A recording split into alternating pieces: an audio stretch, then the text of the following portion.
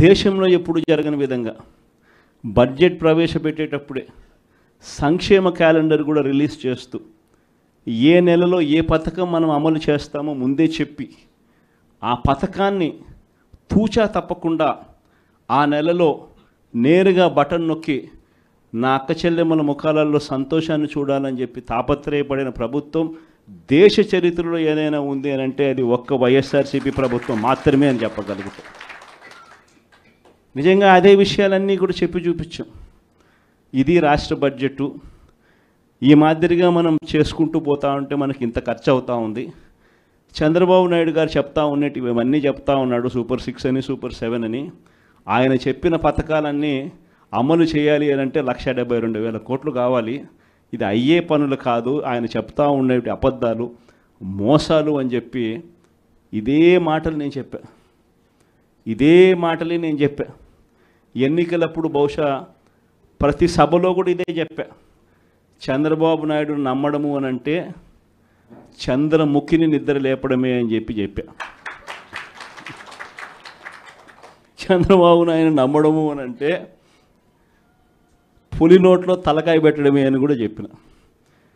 ఆ రోజు నేను అన్న మాటలు, ఆ రోజు సభల్లో నేను అన్న మాటలు ఈరోజు ప్లే చేసి చూస్తే, ఈరోజు ఆ వీడియో క్లిప్పింగ్లన్నీ మళ్ళీ వింటే జగన్ ఎంత కరెక్ట్గా చెప్పినాడబ్బా అని చెప్పి ఈరోజు ఎవరైనా అనుకునే పరిస్థితి. ఈరోజు ప్రతి ఇంట్లో పరిస్థితి ఏమిటి అని అంటే, ఇంతకుముందు మనం పథకాలన్నీ ఇచ్చేటివన్నీ ఇస్తూ ఉంటుంది.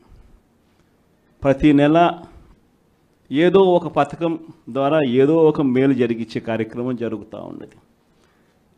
జగన్ ఉన్నప్పుడు కనీసం పలావన్నా పెడతా అన్నాడు. జగన్ పోయాడు, చంద్రబాబు నాయుడు వచ్చాడు, బిర్యానీ పెడతానన్నాడు.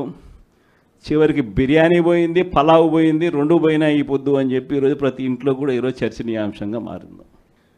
ఈరోజు చంద్రబాబు నాయుడు చెప్పిన ప్రతి పథకం కూడా, ఇంతకుముందు మనకు ఇప్పటికి చంద్రబాబు నాయుడుకి తేడా ఏమిటి? ఇంతకుముందు ఒక 7 నెలల కిందటకు పోయి చూస్తే జగన్ ప్రభుత్వం ఉన్నది, మన ప్రభుత్వం ఉన్నది. మన ప్రభుత్వంలో మరి ఎందుకు ప్రతి పథకము ఎటువంటి ఇబ్బంది లేకుండా ప్రజలకు అన్నీ కూడా డోర్ డెలివరీ జరుగుతూ ప్రజలందరి ముఖంలో సంతోషాన్ని చూస్తూ ప్రతి పథకం ఎందుకు ఎలా అమలు అయింది? మరి చంద్రబాబు నాయుడు వచ్చినాడు, తేడా ఒక్క ముఖ్యమంత్రి ఒకడే మారాడు. మరి ఎందుకు చంద్రబాబు నాయుడు చేయలేకపోతా ఉన్నాడు? ఈ అంశం అన్నది ప్రతి ఇంట్లో ఇప్పటికే చర్చనీయాంశమైంది. ఏం తేడా ఉంది? ఒక ముఖ్యమంత్రి ఒకడే మారాడు. మరి జగన్ హయాంలో ఇవన్నీ ఎందుకు జరిగాయి? మరి జగన్ హయాంలో జగన్ దిగిపోయిన తర్వాత చంద్రబాబు నాయుడు వచ్చిన తర్వాత ఎందుకు చంద్రబాబు నాయుడు చేయలేకపోతా ఉన్నాడు? ఈ అంశం ప్రతి ఇంట్లోనూ కూడా చర్చ. నిజంగా చంద్రబాబు నాయుడు చెప్పిన హామీలు, వాగ్దానాలన్నీ గాలికి ఎగిరిపోయాయి.